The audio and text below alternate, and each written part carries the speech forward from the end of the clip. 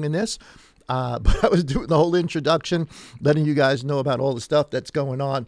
I'll do a little recap on the back end of it. But if you're just joining us right now, welcome to Living Manna Church. I'm Pastor Dave Sain, Senior Shepherd here at Living Manna. Thank you so much for hanging out with us tonight. All right, so with all of that, like I said, I'll do commercials on the back end. We've been having so many technical difficulties back and forth. Please pray for us that we get all of this ironed out soon. But let's do this. So I know some people are jumping online already. I'll do the commercials at the end. Important stuff coming up. Hey guys, Tabernacles is coming, but Trumpet starts this week as well. Yom Teruah. Anyway, we'll talk more about that in just a second. All right, so guys, tonight, for our study tonight, let me bring this up here so you guys can see this. The topic and the title for tonight is called Not One Stone. Not one stone. Obviously, this should be familiar to you guys. It is the words of the Master. We're going to look at some verses in a second. We've been talking about the temple for a while now. You know, it's been an ongoing study. As a matter of fact, here is Matthew chapter 24 and verse 1, where this verse actually comes from. And of course, this is the part of the Gospel of Matthew at the end of the Master's ministry. We know that the Passover is literally a day or so away. The crucifixion is going to happen. The resurrection is going to happen. And the Master has an opportunity to sit and talk with the disciples about the temple. And of course, he tells them that the temple is coming down. And we said this before. He said it in different ways throughout the gospel stories. But here he's just being plain, just straightforward. The temple's coming down and not one stone. So here's Matthew chapter 24 and verse 1. And it says the following. And going out, Yeshua went away from the set apart place. The set apart place is the temple. And his taught ones came near to point out to him the buildings of the set apart place. Because there's a lot more than just the temple. There's all the other things there's the whole courtyard, everything that's inside the temple. And the Master said to them, do you not see all these? And I highlighted it there so that it pops out at you so you guys can see it. Truly, he says, again, this is the amen. Amen. I say to you, not one stone shall be left here upon another at all, which shall not be thrown down. And as he sat on the Mount of Olives, the taught ones came to him separately, saying, say to us, when shall this be? And what is the sign of your coming and the end of the age? And the Master answering said to them, take heed that no one leads you astray. Okay, a lot of information in here, lots and lots of stuff. Believe it or not, lots of prophecy is going on in this verse. We'll get to it in just a second. But they're asking the question because, he's just told them the very temple is going to come down. And again, I think the one thing, especially now, what is it, September 13th today? Just this week, we memorialized, we remembered 9/11 and the downing of the towers. Now, if you would have said to people, 40 years ago that the towers are going to come down in some, horrific act of terrorism, people would have said, you're nuts. You're crazy. It would have never happened. And then, of course, when it happens, it is the shock of our nation. And we're still reeling from it today. People are still suffering from it today. And that I use that to be analogous as to, and that even that doesn't come close to how important, how big a statement this is, that the Master says the temple's coming down. Now, he already kind of said that in a roundabout way to the woman at the well. He told her no more worship in Jerusalem, right? Abba's looking for worship in spirit and truth. We've talked about that before. But here he's being plain. He's telling them all of these beautiful buildings, they're all coming down. And of course, let me just put this back up there. Not one stone. And that's obviously a picture of Jerusalem. You can see all the different stones that are there. Let me make this bigger for you guys so you all can see it. I'll make myself small there. Look at that. Just, all those, and obviously it's 2,000 years later since all of that, but still you look there and you see all of these turned over stones. And of course, what is not there? The temple is not there. So they want to know, When is this going to be? When is the temple going to come down? And then they ask another question: what's the sign of your coming? Right. So we are associating, or they are, and the master after this, and at some point we're going to go through Matthew 24 again with a more direct eye at trying to find out exactly what the master's talking about. But they're lumping together, whether verbally or historically, really, the destruction of the temple with the coming of the master, because they want to know, because this is the same sentence. They're asking the same set of questions about the same thing, even though obviously there's going to be some time, about 2,000 years now, between the destruction of the temple that they're talking about. But this has prophetic significance even to you and I today. And what's his warning to them? All the way down here on the bottom again. I'm just going to highlight this so you guys can see. I'm going to underline it in a highlighted color there. What is his warning to them? With all of this, with the temple coming down, with the coming of the master, the end of the age. What is an end of the age? I don't think we can get a chance to talk about it tonight, but what is the end of an age? His warning is, take heed that no one leads you astray, which should be, kind of important to you and I, because what's going to happen, or what did happen, I guess you could say? Well, we were led astray. For a long time, we've been led astray. And I think that's all just part of the story, part of the plan. And let's unpack this as best we can. Let's say a quick prayer. Abba, give us eyes to see, ears to hear, and a heart that's willing to obey. In the Master's name, amen and amen. All right. Again, thank you guys for joining us tonight. I appreciate it. Sorry for the little mix-up there in the beginning of our intro. I do have some commercials and stuff to share with you, but I'll share it at the end. We've been talking about the pattern for a while. If you've been watching the studies for any length of time, we've been in the pattern. We've been talking about it on Shabbat. We do our commercials, our announcements on Shabbat. We've been talking about patterns, and there's a lot of patterns in the scripture, lots and lots of patterns. Patterns is how Abba teaches us. At least that's one way that Abba teaches us. He tells us something, and the information that is in that something is then relatable to something else. Normally, the something else later is much, much bigger than the first instance. But the patterns are found in the first instance. This is one way. This is just one way of learning Abba's language, of learning how Abba speaks to us, and then being able to interpret it and then share it with other people. So that's what we've been trying to do in all that we do, in all the services we have. But this is the pattern. And as part of the pattern, the absolute greatest pattern there is, and there's lots of patterns, guys, lots and lots of patterns in the scripture. But the greatest pattern is Israel, but more specifically is the temple. The temple in Jerusalem is the greatest pattern Abba's given to us, because in Jerusalem, in the temple, on the Temple Mount, in the procedures of the temple, in all of that are such tremendous prophecies, such tremendous patterns that we need to take note of in order to understand not just what has happened, but where we are today. I had an interesting conversation with PM, I don't know, maybe a week or so ago. We were talking about prophecy and about modern day prophets. And normally, when people think about modern day prophets, you're thinking of somebody that's going to, do something like a Daniel, right? And tell the future of all the nations and stuff that's going to come, and all the beast, and et cetera, et cetera, et cetera. Or amongst the modern religious world today, people call themselves prophet because they foretell the future, who you're going to marry, what car you're going to get, what house you're going to get, what job you're going to get. Beloved, that's not prophecy. That's soothsaying. It's not prophecy. But that's sort of the way it's viewed in the modern religion today, talking about something in the future. When I think, at least this is my personal opinion, prophecy does have to do with the future. And there are future events coming, no doubt. There are things still to come that have already been written about that are yet future to you and I.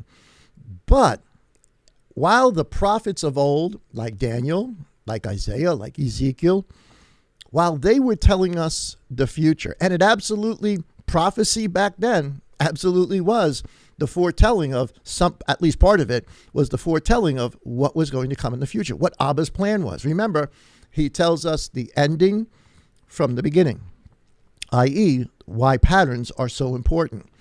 And if Father does that, and obviously he does, and he used prophets to tell us what's coming, in our day and age, we're not in the beginning anymore. We're in the ending. We're in the 6th day. The 7th day is almost upon us. I think a prophet, and this is a discussion I had with PM, I think a prophet today, a real prophet today, is not telling us necessarily what's coming. That is just, coming up with some new idea, some new stuff, some new prophecy nobody's ever heard of before. But I think real prophets today are explaining to us what has happened. In other words, it's not a look forward so much as from this point, from this vantage point, it's an understanding of what has happened. And even in the understanding of what has happened, understanding prophecy that hasn't even occurred yet because we understand what has happened in the past. And so when we understand what has happened, it opens up our eyes to all sorts of amazing things. And so this was just a conversation PM and I had about at least what I think a prophet today is. A prophet today, to me, should be explaining the past. You want the gift of prophecy? The gift of prophecy is to explain what has been written in its proper context, help people to understand, even the things that haven't happened yet, to help us understand what was said in the past and see where we are today. So anyway, that's just a little bit extra. It's got nothing to do with what we're talking about. But we've been in this series for maybe a month or so, 2 months or so, more than that. But for the last 4 weeks, we've been talking about the temple. And up on the screen there are the last 4 messages that we've done on the temple. And that's in the order as they appear. So if you're just tuning in and you didn't watch any of the other ones, I absolutely encourage you, go back and watch the other studies, because each week we're building on what came before. And obviously we're leading to something. We're leading to trumpets. We're leading to Yom Teruah, because that really, really has a lot to do with the temple. And we'll talk more about that this upcoming Shabbat as we celebrate Yom Teruah. But the 4 messages have been the following, and it's up on your screen, and I'm going to use a highlighter here. The first, of course, is the temple. We started this whole thing. Now, this is all part of the pattern messages, but the temple, and we really spent time trying to understand the difference between the earthly and the heavenly, that there is this transfer of things. We talked in Hebrews about the transfer of the law, the transfer of the high priest, the transfer of the temple itself. The difference between the letter and the spirit. And this attaches to a lot of other studies that we've done, trying to understand the mystery language, trying to understand what this story is actually about. The second one was called the third temple. And it really sort of dealt with what my understanding is, the era of what we would probably today call the Abrahamic faiths, that being Islam, that being Christianity, and that being Judaism. That what we call the Abrahamic faiths today, they are all hyper-focused on that mountain, on what was the Temple Mount. And of course, it is a hotspot for the entire planet. Quite literally, World War III can kick off, even though World War III seems like it's going to kick off in Europe. But the Middle East is a hotbed, and things can explode there very, very quickly. And crazy things are going on right now. But the third temple is not something that's going to be built, which is why all the Abrahamic faiths are looking towards it, but Messiah. Messiah is already building the third temple. And of course, that is the spiritual interpretation. That is understanding what has happened and looking forward, understanding not just the letter of the law, but the spirit of the law. The third one, and this was last week, we talked about the true temple. What is the real spiritual meaning? And if it's not a physical temple, if, as Messiah said, no more worship in Jerusalem, if, as he said, not one stone will be left upon another, then what is the true temple? Why did Abba give it? Why did he give that tutor? Because Abba does want a dwelling place. But the dwelling place that he wants is in the heart of man. Man, humanity. All of humanity has the potential to be the temple. We are all a temple in and of ourselves, but we have a potential to be part of the living temple or living stones. And our heart, all human beings, our heart is the altar. And here we are today, not one stone. And today we're going to talk about the warning. We're going to talk about the temple destruction and what could be coming very, very soon. So it's going to be interesting. Hopefully you guys will enjoy it. But certainly if you haven't watched some of the previous videos, go back, take a look at them. It'll help you understand a lot more clear, in a more clear way, what we're talking about today. All right. So with all of that, little review out of the way. We just looked at Matthew chapter 24. We're going to get back to that in a second.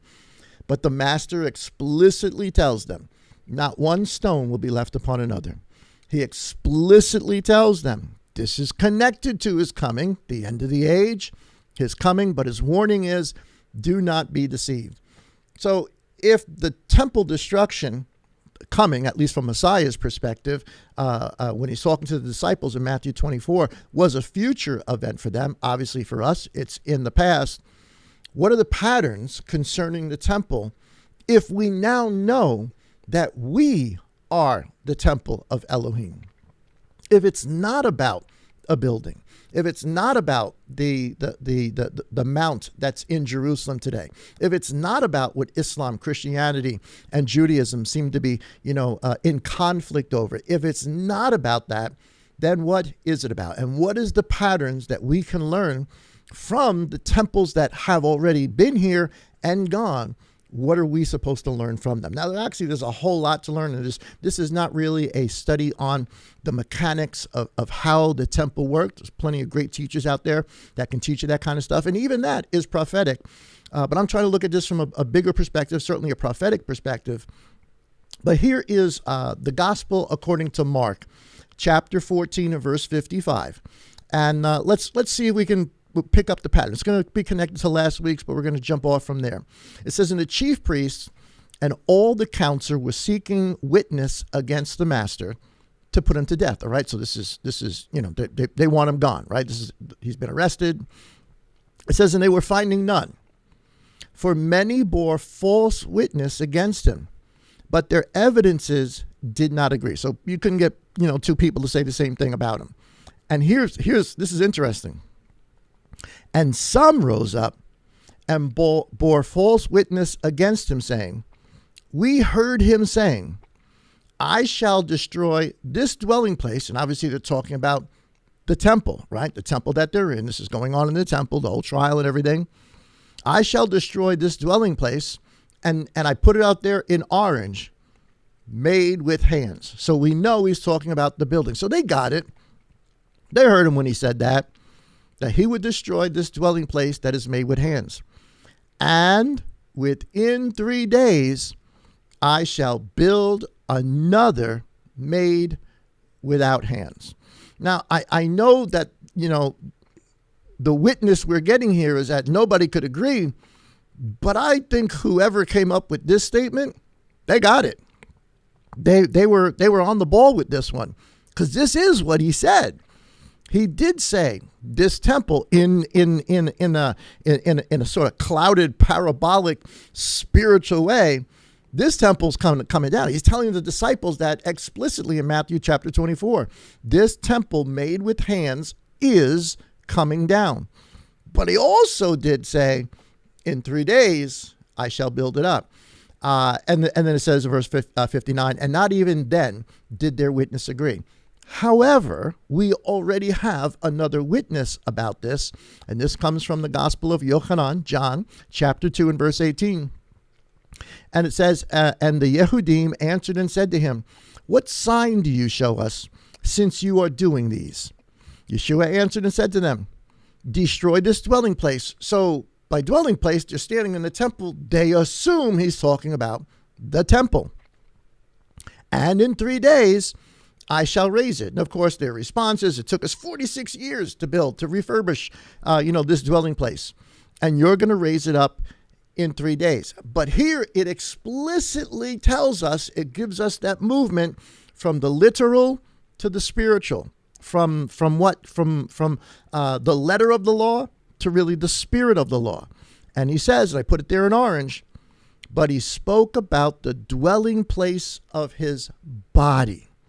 So the real temple, the spiritual meaning, the thing Abba has always wanted as a temple, is not a building, but it's us. It's people. It's human beings. We are the temple. Our heart is the altar. And so even in this, there's prophecy, which is connected to Matthew 24.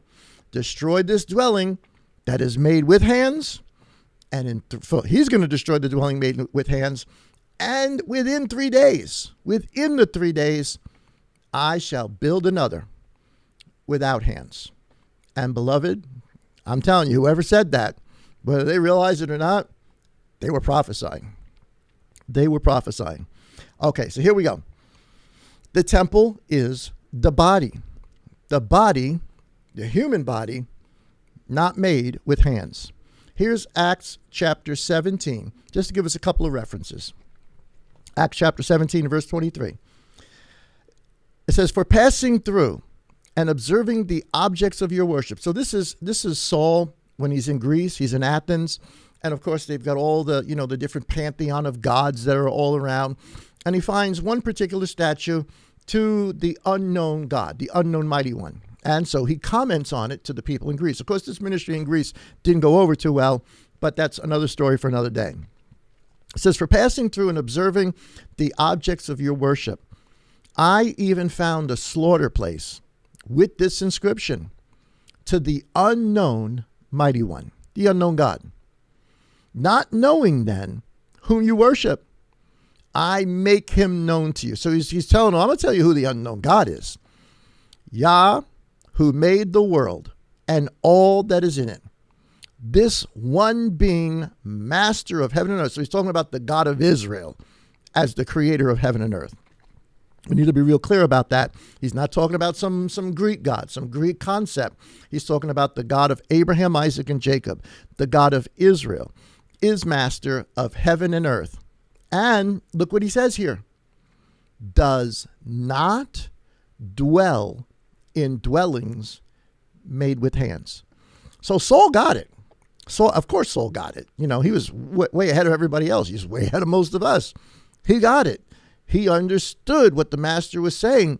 This is not about, even though at the temple's standing when he's saying these words, he knows it's about so much more than that. He heard what the disciples told him about the temple coming down and not one stone upon. He knows this stuff, and he's making it known to the Greeks. Abba, the creator of heaven and earth, the God of Israel, does not dwell in dwellings made with hands, i.e., man-made temples. Stones that are cut out with metal objects. Here's Hebrews chapter 10 and verse 4, just more information on this. It says, for it is impossible for the blood of bulls and of goats, which are offered in the temple, to take away sins. That was never its purpose. Therefore, coming into the world, he says, this is the psalmist is saying it, but he's saying about the Messiah, slaughterings and meal offerings of the temple, you did not desire. But what does King David say as a prophet, speaking in a future sense? What does he say? But you wanted a body. What kind of body? A human body. Because Abba does not dwell in buildings made with man's hands. He says, but a body you have prepared for me. Of course, he's quoting the book of Psalms, chapter 40. And you can look up the references yourself. Just for time's sake, we're just going to skip right through that instead of going back and looking at all that stuff. Here's 1 Corinthians chapter 6, verse 19. So Saul capitalizes on this idea, and he does some amazing teaching about the reality that has now come upon us, about the spiritual understanding that it's not a temple made with hands that is the issue, but it is the body. It is the human being. 1 Corinthians chapter 6, verse 19, he says, or do you not know that your body, the thing we dwell in, this tent, is the dwelling place of the set-apart spirit who is in you? You are the temple. So long as Abba's spirit is in you, you are the temple. Actually, all of us are potential to be the temple. It's just what do we do with it? He says, which you have from Elohim, and you are not your own. So and honestly, we can go to verse after verse after verse after verse. We kind of covered this a little bit last week, but I wanted to give you some foundational thoughts as we move on here. The true temple is not a building. It's not going to be made on the Temple Mount in Jerusalem. The true temple is already being built. The true temple, the true dwelling place of Abba's Spirit is in you, and it is in me. Okay, let's take a look at the next slide. The tutor, that temple then, and all the history that it has, all the information about how to do the offerings, what the offerings mean, how the priests prepare, the foods that are done, everything about it, all the colorings, all the drapery, all the gold, all the silver, all of that is prophecy. All of that tells us something about who we are. Even though it was real and literal, that's the pattern. The key now is to interpret the pattern and understand how that applies to us. And again, it's impossible to go through the whole study of the temple right now. That's not our purpose, but let's look at a bird's eye view. So let's look at a pattern. First of all, Moses is the one who builds the tabernacle. Yeshua, of course, is the prophet like Moses. So what is he doing? He is also building the tabernacle. Here is Exodus chapter 40. And let me highlight this here. Exodus chapter 40 and verse 33, so you guys can see it. It says, and he raised up the courtyard all around the dwelling place and the slaughter place, which is the assembly of the congregation. That's what it's called.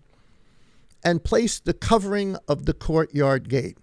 And I put it there in blue or green or whatever color that is. It says, and Moses completed the work. Now, obviously, lots of other people were building the temple, craftsmen and carpenters and people that smelted gold and all that stuff was going on. And everybody was part of putting into the tabernacle. But Moses is credited with finishing the work, with building the temple. And I'm just giving you one verse. You can go back and look at, Exodus 37, 38, 39, 40, all the way through, and it'll say over and over and over and over. Every stage that was done, Moses did it. Obviously, Moses' hands weren't on everything, but Moses gets credit for it. He is the one building the tabernacle. Well, Messiah is, of course, the prophet like Moses. So if he's the prophet like Moses, what is he going to do? He is also going to build his tabernacle or his assembly of the congregation, and the one to be credited as doing it. Even though there will be lots and lots of other people over the next 2,000 years from the time of the master that are going to be part of the building, the artisans and the gold, the silver, and all the other things that go into the temple or tabernacle, that will be done by us or through us. Who is the one actually doing the building?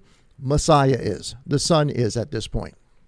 Matthew chapter 16, verse 18, very familiar verse, but now look at it in this context. The Master says, this is Peter's whole thing about you are the Mashiach. And I also say to you that you are Kepha, Peter, and on this rock, and he means the temple cornerstone, Messiah.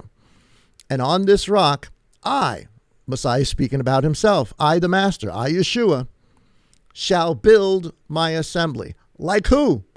Like Moses did. So there's the pattern. Moses does it. Messiah is doing it. So all the patterns we find in Moses' tabernacle and in the temples afterward are so important for us to understand if we're going to understand who we are and what's going on with us. Again, you got to look backwards and interpret what has happened to understand who we are today. I shall build my assembly, the temple, and the gates of Sheol, death itself, shall not overcome it. So let's go back to the actual first service in the tabernacle, the day it is completed. Some crazy stuff goes on. Here's Leviticus chapter 10, verses 1 through 3. And here we go. It says, and Nadab and Abihu, the sons of Aaron, each took his fire holder and put fire in it. So guys, don't forget, this is the first day. This is the beginning of the temple service. And they put fire in it. And they put incense on it. and they brought strange fire. Now, I put the PDP version in there so you have a little bit of a working definition. What does it mean that they brought strange fire? They worshiped in a way that Abba did not command them to.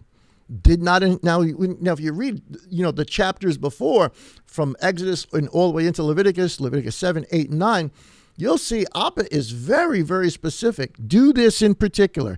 Moses commanded, Abba gave it, Moses commanded it, and they did it just as Moses said. It says it like multiple times. So here they are doing something that was not commanded. And it's called strange fire. You say, what's the big deal? It's the first day. They're just getting started, so they got maybe a little excited. Well, look at what happens. They offered the strange fire before Yah, which he had not commanded them. And fire came out from Yah and consumed them, and they died before Yah. Wow. This is a crazy story. Now imagine you're sitting there at the beginning of this tabernacle. The Shekinah's gone in there already. Moses and Aaron have been in there. The priests have been in there. They're all consecrated. Wonderful day for the house of Israel. And things are going on. all of his sons are doing their priestly things that they're doing. And these two guys decide to do something that Abba never asked them to, never commanded them to. They took it on themselves to do it. Why they took it on themselves, we'll talk about that in a second. But they took it on themselves to do it. And Abba's response is to kill him. And it's not just to kill them, it's to burn them with fire. I mean, these guys are forgive the expression, but they're toast. These guys are done in an instant. These are Aaron's sons. Wow. Verse 3 says, Then Moses said to Aaron, "This is what Yah spoke, saying, by those who come near me, let me be set apart," or let me be holy. So what he's saying, let's put this in modern vernacular. This is the pattern. The pattern is you don't offer strange fire. You don't do that which he has not instructed or commanded us to do. And if you do, the pattern is the priest died. Now these are priests, guys. These are Aaron's sons, right? These are people that sort of went through the process. And Moses is saying here, listen, we all better get it through our heads, meaning the whole house of Israel. This is the pattern. We all better get it through our heads. Those who come to Father, those who want to approach to Abba, must realize he is holy. And here is the example. This should be the thing that just opens up all of our eyes to say, oh, wait a minute. Maybe what we've heard about him is not exactly the him who he actually is. Because we hear about a God that's just so forgiving, so merciful, so loving, doesn't matter what you do, any way you come. And beloved, that is dangerous. That is what the pattern tells us here. Anyway, it says, and before, I'm right here so you guys can follow me. It says, and before all the people, let me, meaning Abba, be esteemed or glorified. It says, and Aaron was silent. Hey, what was he going to say? Even though they're his sons, I can't imagine the grieving he must have gone through. But even though they were his sons, he couldn't stop what he was doing. He was still the high priest, and the service had to go on. Such a difficult. It almost kind of, in the back of my mind, I'm sort of thinking, Lot's wife, right? Don't look back. Yeah, what just happened to his kids? But he's not even allowed to look back. He's got to keep going. That's, I guess, another message for another day. But just think about that. Let your spiritual thinking, put your spiritual thinking caps on and run with that. So Aaron's silent. Now, a couple of verses later, we sort of get a little window into kind of what happened. Right? So the question is, why did these guys do this? Why did they do something that was not commanded of them? After going through all the information of do this exactly like this, do it exactly like this, the way Moses commanded, the way Abba commanded. And now they just kind of take it on themselves. And you can say maybe they got caught up in the moment, maybe the worship music was so good and, they just lost it for a second. Well, they lost it for a whole lot more than just a second. And look at what Abba says. I'm right here, guys, so you guys can follow me. It's highlighted in blue. The instruction then to Aaron and the other priests, the people who are serving, do not drink wine or strong drink, obviously meaning liquor. Do not drink wine or strong drink, you nor your sons with you, when you go into the tent of appointment, lest you die. So I think this is giving us a window into what actually kind of happened. Now, it's not saying you can't drink wine, nor is it saying you can't drink strong drink. And I know there's a whole lot of people that, we all kind of gone through the whole Christian morality thing. But that's not this. This is not a prohibition. I know Saul says, "Do not be drunk with wine, which is in excess." It's talking about being drunk. It's talking about being a drunkard. That's not what this is talking about. It's saying, don't do this as the priest before you come into this. Before you come before me, who am holy, don't do this. Why? Well, what happens when you start drinking? And let's go back into there. What happens if because I'm sure they were celebrating before. The temple's up, the tabernacle's up. God's let them out of the wilderness. They're celebrating, right? But inhibitions go down. Instructions that you receive kind of go out the window. You get comfortable. And it seems like Nadab and Abihu, because maybe they were feeling happy, decided to do something that they were not instructed to do. Whether or not that is 100% the issue, this is the prohibition that comes out of it. Do not drink wine or strong drink, you nor your sons with you, when you go into the tent of appointment, lest you die. So don't let your inhibitions down. You need to do this sober-mindedly. You need to be clear in your thinking when you come before Abba, lest you die. And of course, does Father mean what he says? Well, there it is. There it is. Nadab and Abihu, there it is. They have died. And he says, this is a law forever throughout your generations. So what's one of the first patterns that we're told about the tabernacle? Don't come your way. Don't do what you think is right. This sort of, I guess in the back of my mind, I'm also sort of thinking about, Cain and Abel, right? One comes the way Abba has asked him to come. The other one comes their own way. And of course, you know the story of Cain and Abel.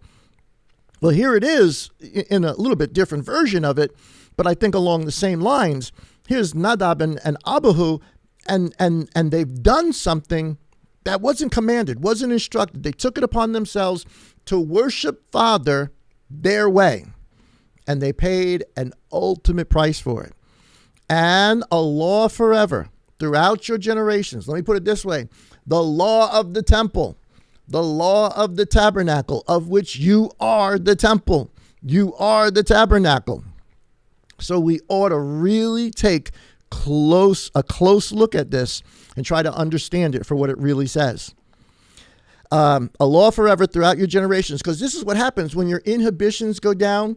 From their literal perspective, you drink, you're kind of buzzed there, you're lightheaded, you're laughy, you're giddy, you're just doing things the way you want to do it, you're happy.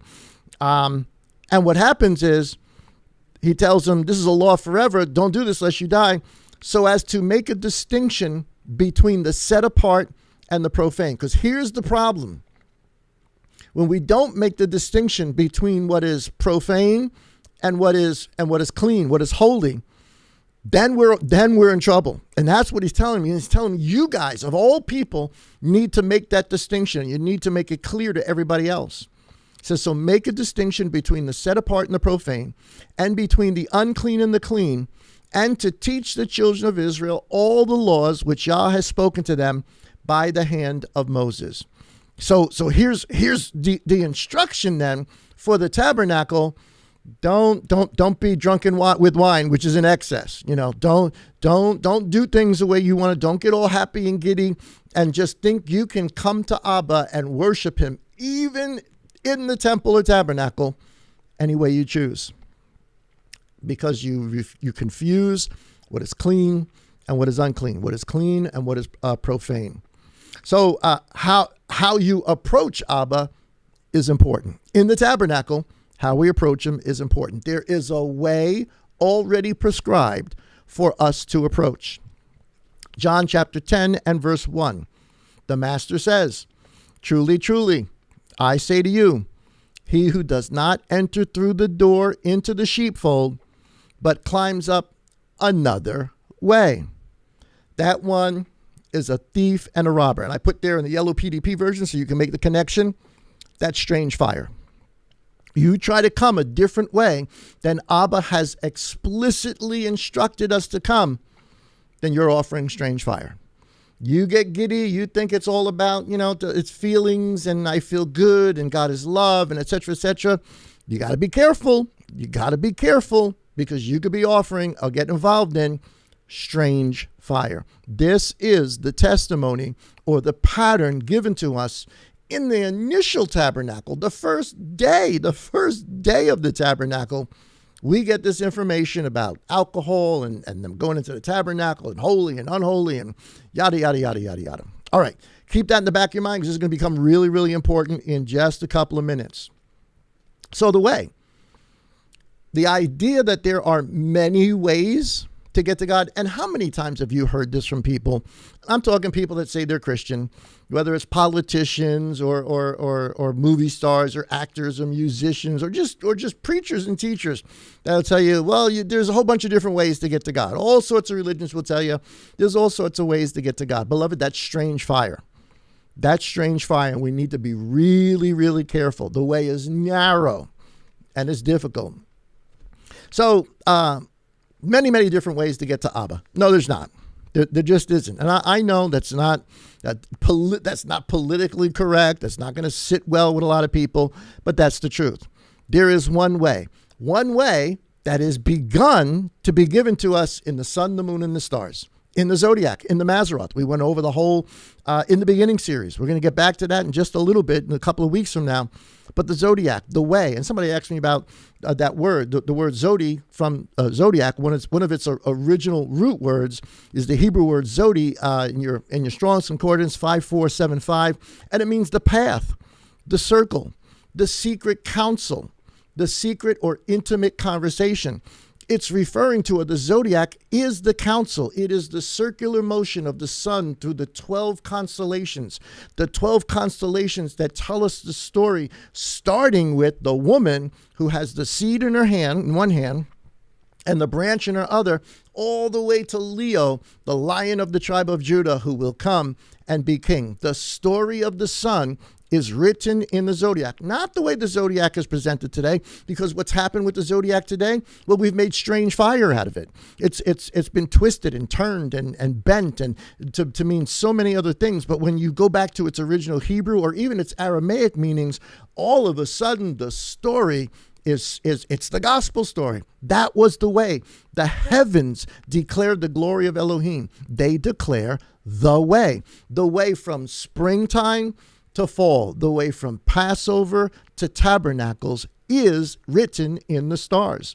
It is the secret conversation, the intimate conversation, the mysteries, really, the mysteries. The first mystery is actually in the sky.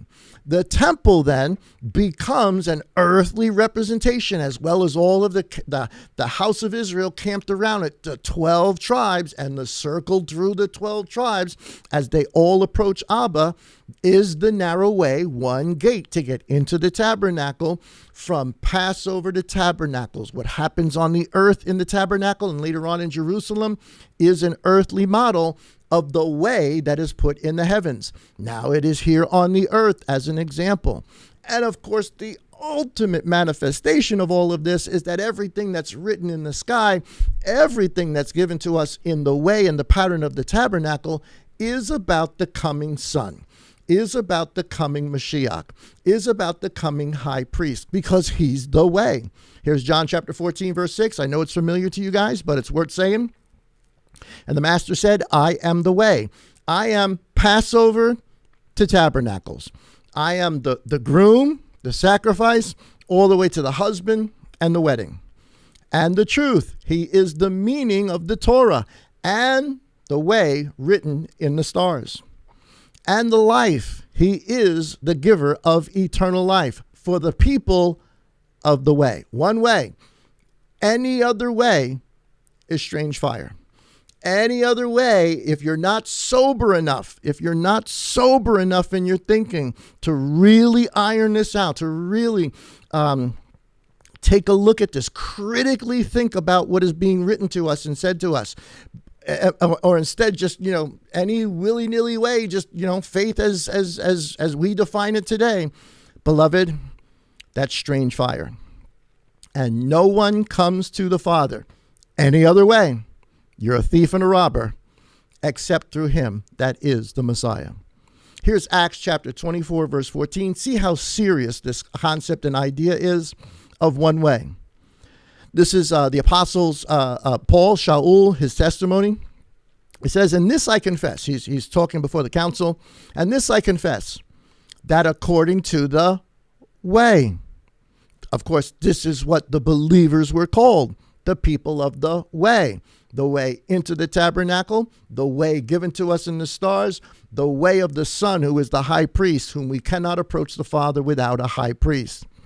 That according to the way, and here's the thing, which they call a sect of the Jews, of the Nazarenes. We'll talk about this another time, but we ought to really sober up and take a look at that for a second and really think about that. What are the people of the way?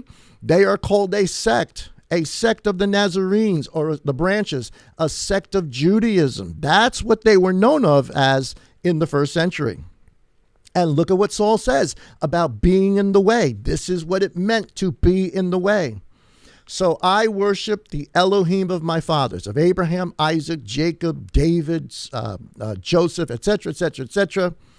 I worship the Elohim of my fathers, believing all that has been written in the Torah and in the prophets. So what does it mean to be a Netzarim? What does it mean to be the branches? I'm the vine, you're the branches. What does it mean to be the people of the way? It means to worship Elohim of our fathers, that is the fathers of the Jewish people, the house of Israel, believing all that has been written in the Torah and the prophets, but now understanding its spiritual meaning. That's what it means to be in the way. And you can see the picture down underneath it, all the different ways that are all around us, all over our globe. You know what? This is kind of interesting. I know we're taught sort of in the modern religious world, we're supposed to go out and convert the whole world. Right? We're supposed to go out and just obviously preach the gospel to the nations. We are supposed to do that. There's no doubt about it. It has been going on for a long time. But we have this idea that all the nations are going to come, that it's just, everybody, and this is what we're taught. Everybody's going to come. The great revival has been going on, and there are billions and billions and billions of people who believe in Elohim. A lot of strange fire has gone on. When actually what the Master says in Matthew 24 is that this gospel will be preached to the world for a witness. Now, by witness, normally what a witness does is it witnesses against you. It is to show you the truth because you're not in the truth. Now, obviously, we have the opportunity to be part of the truth, but the majority of people, well, they're not sober. They're not sober, and they're going to offer up strange fire. And you can see all the different gods down there that have been worshipped and are still worshipped today. All the other ways there are besides the way of the Nazarene, besides the way of worshiping the Elohim of our fathers, believing all that has been written in the Torah and in the prophets. We have been the product of lots of strange fire in our history. All right, let's take a look at this. I'm sorry, went too fast. So that's the tabernacle, right? So Nadab and Abihu, strange fire. They're not doing their job. These guys are killed instantly by fire. Well, let's fast forward to Solomon's temple. And this is a verse everybody likes to quote. I get it. I know. We've probably heard this dozens and dozens of times. It's always out of context. It never means what it actually really means here, which then makes it strange fire. If you're twisting the meaning, if you're not sober enough to realize what this is actually saying, you're twisting the meaning of it. Anyway, chapter 7, verses 14 to 16, familiar. And my people, upon whom my name is called, shall humble themselves and pray and seek my face and turn from their evil ways. Then I shall hear from the heavens, forgive their sin and heal their land. Now my eyes are open and my ears attentive to the prayer of this place. Because this is the dedication of the temple. So the place he's talking about is the temple, which is dedicated on the Feast of Tabernacles. My eyes are open and attentive to the prayer of this place. And now I have chosen and set this house apart for my name to be there forever. And my eyes and my heart shall, excuse me, shall always be there. All right. So everybody quotes that, right? I hear politicians quoting it, preachers quoting it. What does it actually mean? Because we quote it as, God's just going to forgive us. Well, that's not exactly what he said. That's not a sober-minded look at what's going on. Here's the rest of 1 Chronicles. I'm picking up at verse 19. You can read all of it. He says, but if you turn away and forsake my laws and my commandments, which I have set before you. So here's the example of the temple. Solomon's just built the temple, and Abba's now laying down the instruction. Listen, remember Nadab and Abihu, do what I've asked you to do, because if you forsake my laws and you forsake my commandments, which I have set before you, and shall go and serve other mighty ones, like the picture we had before, all the different things that we've done. If you try to come another way and bow yourself to them, or you mix and match, you do things Abba's not said to do, then I shall pluck them from my land, which I have given them. And this house, meaning that temple, that house, which I have set apart for my name, I shall cast out of my sight. He is warning Solomon and the people of Israel that the building, this building that Abba is allowing his presence to be in temporarily, you forget my commandments, you forget my instructions, you turn your back, you do these things with other gods, I'm going to destroy it. I'm going to get rid of it, and I'm also going to get rid of you from the land. And obviously, that happened under Jeremiah. So you can read the book of Jeremiah, which it goes all throughout this. What did they do? In fact, the warning Jeremiah gives is, remember Shiloh, remember the tabernacle, remember what God did to the tabernacle? He destroyed it. He took it down. He will also do it to the temple. So this should be an eye-opener for us. Wait a minute, you're telling Abba's destroyed the temple, but the temple's us. What's the pattern here telling us? Don't come the way Abba has instructed us to come. Strange fire and all the problems that come along with strange fire. He says, in this house, I'm right here so you guys can see, and this house which I have set apart for my name's sake, I shall cast out of my sight and make it a proverb and a mockery among all peoples. And this house which has been exalted, everyone who passes by it shall be astonished and say, why has Yah done this to his land and to his house? Abba's telling us, under no ambiguity here or whatever, I'll destroy it. I'll destroy the house. And we ought to take real careful concern about that. The destruction of the temple is a pattern, but it is also something coming. Here's 1 Corinthians chapter 3 and verse 16. Do you not know that you are the dwelling place of Elohim, and that the spirit of Elohim dwells in you? If anyone destroys the dwelling place of Elohim, strange fire, other gods, breaks my commandments, my instructions. Well, what temple is he talking about? He's not talking about a building. He's talking about us. If anyone destroys this dwelling place of Elohim, Elohim shall destroy him. Wow. Now think about that for a second. Think about that, because we all say, well, there's the God of the Old Testament, and then there's the God of the New Testament. No, there's not. There's one God, one Elohim, and he does not change. Yeah, he's loving and merciful and all the rest of that. Amen to all of that. But he's also holy. And we that approach him must approach him as though he is holy. We must be sober-minded and really start to think about what this faith is truly about, and not just be giddy with all the stuff that's going on around us, be drunk with everything else that's happening around us, and offer up strange fire or some other gods or some other thing that Abba did not command. That is the example or the pattern of the temple for us. Here's 2 Corinthians chapter 6, verse 14. Do not become unevenly yoked with unbelievers. For what partnership has righteousness, that is the keeping of the commandments, And lawlessness, that is the breaking of the commandments. And what fellowship has light with darkness? The light and darkness do not exist together. And what agreement has Messiah with Belial, with Baal? What agreement is there between Messiah and some other Elohim, some other thing that's worshipped as Elohim, or that's put in the place of Messiah? Or what part does a believer have with an unbeliever? And what union, here it is, what union has the dwelling place of Elohim, which means us, with idols? For you are the dwelling place of the living Elohim. As Elohim has said, I shall dwell in them and walk among them. I shall be their Elohim, and they shall be my people. He's quoting Exodus chapter 25, and a couple of other verses say something similar. This is the building of the tabernacle. This is what Abba said to Moses, that I want to dwell. I want to walk amongst my people. I want to be their God. I want them to be my people. Here's the example, a tent. Later on, a temple. But it has always been an example of who we are, because the temple was coming down. Here's verse 17.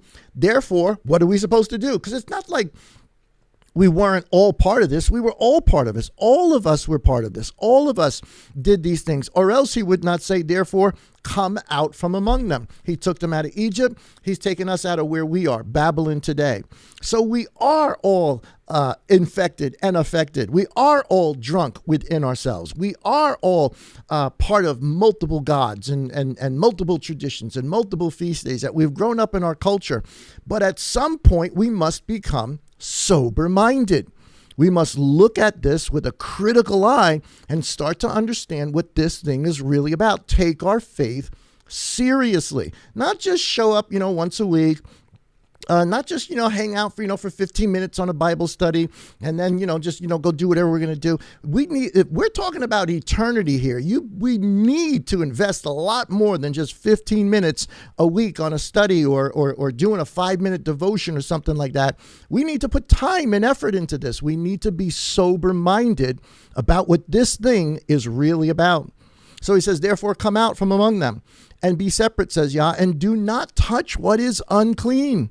And I shall receive you, and I shall be a father to you, and you shall be sons and daughters to me, says Yah Almighty. So still this idea of the body, the temple, the same parameters still apply. There's still holiness. There's still keeping the instruction. Now it's keeping the instruction and understanding the instruction. Here is chapter 24, Matthew, what we opened up with, right? The verse he opened up with, the master says, not one stone upon another. It's the title says not a prayer of acceptance. It's now that I think back on it and what we've heard for a long time, what we've done for a long time, you often hear this gospel presented as you need to accept Jesus so he can forgive your sins so you don't go to hell. And I get that. I almost get where that comes from, but in all reality, that's not the story. That's not the impotence of this. I was with some family members and their church group had gone out and they were ministering in an area where there were Jews. It was a Jewish community, and people I think meaning well in their hearts, just like Nadab and Abihu did. Meaning well in their hearts, we're telling these Jewish people, you need to accept Jesus so that you don't go to hell, or accept Jesus so that you're saved from hell. And they were offended at that. And I get it. I'd be offended at that too. Now, understanding what we understand. The kingdom of heaven is not a father who is offering a get out of hell free card. The kingdom of heaven is a father who created a wedding feast for his son and has invited people to the wedding. That's the message. That's the hope. And yes, obviously, when we accept that invitation or to not accept that invitation, there's a price to pay. We'll talk about that in a second. But the real message we should be telling people is Father wants you there. Father wants you at this wedding. Father has invited you, but you've got to come according to the wedding. Anyway, more on that another time. So here we go. One more time, Matthew chapter 24 and verse 1. And going out, Yeshua went away from the set-apart places. Taught ones came near and pointed out to him the buildings of the set-apart place. And the master said to them, do you see all these? Truly I say to you, not one stone shall be left here upon another at all, which shall not be thrown down. And that's been true for 2,000 years, still is today. Temple's gone. And as he sat on the Mount of Olives, his taught ones asked him separately, say to us, what shall this be? When shall the temple be destroyed? And what is the sign of your coming? And of the end of the age? And the master answered them, take heed that no one leads you astray, that you're not drunk with wine, that you do those things you're supposed to do. So if the master's telling us this temple's coming down, and obviously it did, let's take a look at something. Now this, if you've downloaded the notes, I know this doesn't appear on the notes as you guys download them, but it's up here. And take a look at this with me. This is really, really important. This is kind of neat. Let's just do some math, some really, really simple math. Really, this is really just basic, but it's profound. It's profound. So the master's sitting there talking with the disciples about the destruction of the temple. And they're asking, when's this going to happen? Well, now we're 2,000 years past this, so we know when it happened. He's talking to them in 30 AD. This is the year of the crucifixion. 40 years later, here it is, 40 years later, after the death and resurrection, after the day of Shavuot, after all of that, 40 years later, in 70 AD, what the master said in Matthew 24 occurs. Not one stone upon another. Abba is true to his word. They did all the things they were not supposed to be. As a matter of fact, the whole idea of a thief in the night, that's a temple term.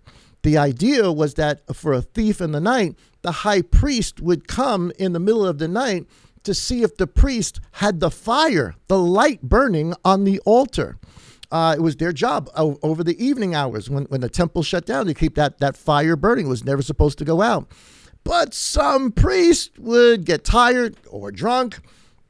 They'd fall asleep, they wouldn't tend to the fire, and the fire would go out. And so every so often, the priest would come in the middle of the night, at the darkest hour when everybody's tired and asleep. And if he found that the fire was out, I know this sounds crazy, and it is kind of crazy. He would take the coals that are still hot, and he would find the priest who's sleeping, and he put the coals on their linen clothing. And you know what happens if you put hot coals on linen? Those things go up, poof, like that. And all of a sudden, you wake up on fire. You have a Nadab and Abihu moment. You wake up on fire, and of course, you go running out of the temple naked. This is a reference. This is a temple reference. This is what the high priest will do. Well, we know that this temple reference is used of Messiah.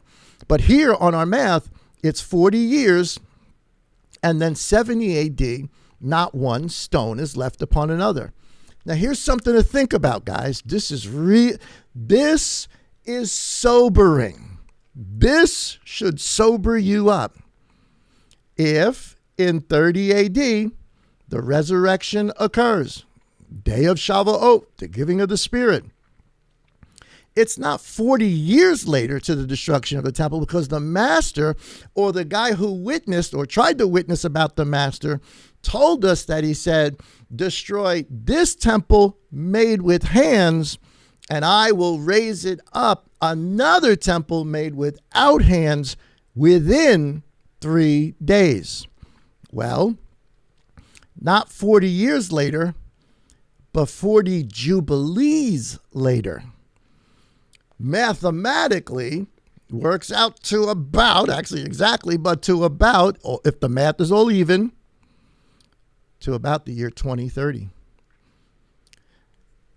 And it's going to happen all over again. Not one stone will be left alive. That is not prepared. That is not part of the living stones. He is going to destroy the temple. This. Again, here's the math down here so you can see it. Really simple. Jubilees 50 years. 40 jubilees is 2,000 years later. Beloved, it's time to wake up. It's time to light your candle. It's time to sober up. We'll talk more about this upcoming Shabbat as we talk about trumpets, because this is a trumpets message we're talking about here. We'll talk about this on Yom Teruah. But I'm just going to throw this out there at you. This is interesting. And I'm not one for picking dates, but I am one for saying it's time to wake up. It's time to wake up, and it's time to sober up. And I'm not the only one who says it. Here's the Apostle Paul, 1 Thessalonians chapter 5 and verse 1. Now, brothers, as to the times and the seasons, the feast days, and I think he's referring to Jubilees, Passover to Tabernacles, but the feast days, because Jubilee's a feast day. It's a celebration. You do not need to be written to, you people who are in the way. For you yourselves know very well that the day of Yah comes as a thief in the night. That's a high priest term. That's a temple term. He's telling us the coming of the master is a temple term.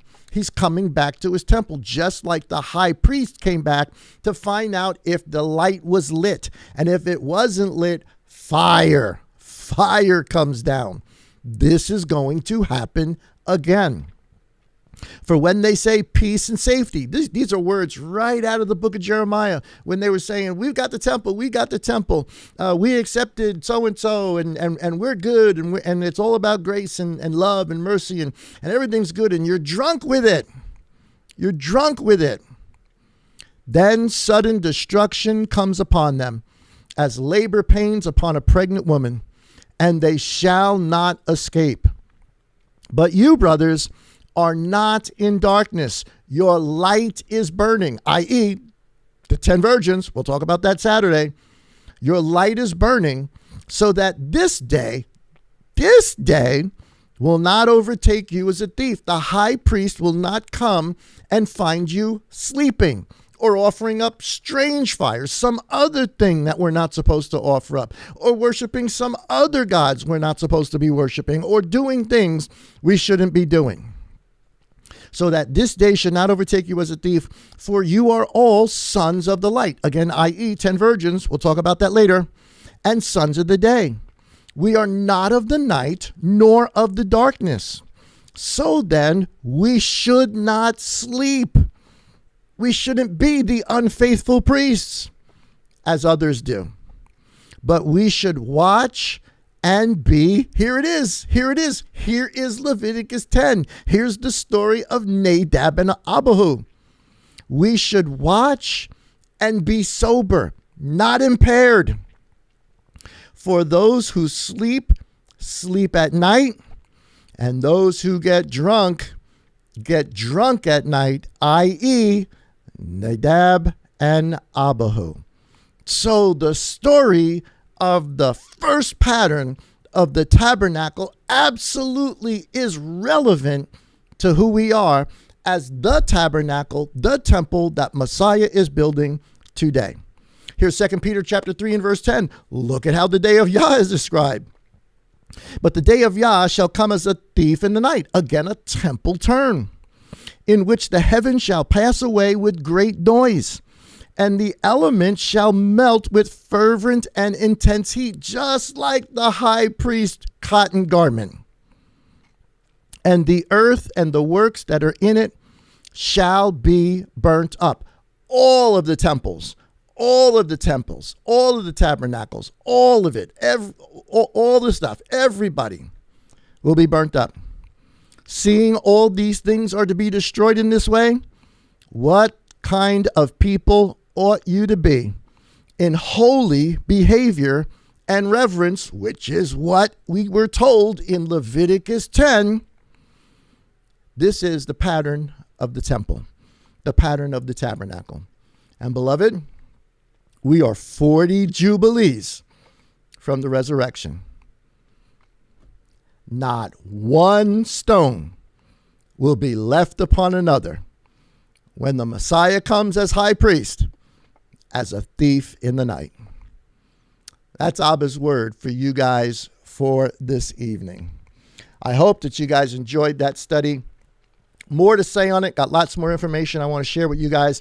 Let me real quick just go through some commercials with you. Don't forget this upcoming Friday, there is no hidden manna. We won't come back until the 13th. But it is Yom Teruah, at the beginning of Yom Teruah. If you've got a shofar, go out and blow it and clap your hands, rejoice, make a whole bunch of noise. We're going to do that on Saturday morning, blow the shofar. We're going to rejoice and sing. And we're going to talk about Yom Teruah. We're going to talk about not tabernacles. We're going to talk about Yom Teruah, trumpets, and its relevance to who we are. We're going to look into some of these prophecies and others. Beloved, time's coming close. It is time to sober up. It absolutely is. Also, don't forget, guys, if you are not subscribed, please hit that. I'm going to pop that up there so you guys can see it. Hit that subscribe button, the bell so that you're notified, and give us a thumbs up. If you enjoyed this message, if it was challenging, if you learned something, give us a thumbs up. But this goes out to other people. Don't forget to download our app, be part of LMC, be part of our conversation, the things that we're doing, find out all the stuff that's going on at LMC. If you want to support us, we would appreciate it. If you're encouraged by this message, if you're fed by this message, please support us. We appreciate it. We could certainly use the help. Thank you so very much for your faithfulness, for everybody that watches. Guys, have a wonderful rest of the night. Let me get my button here. Have a wonderful rest of the night, guys. Yah bless and shalom.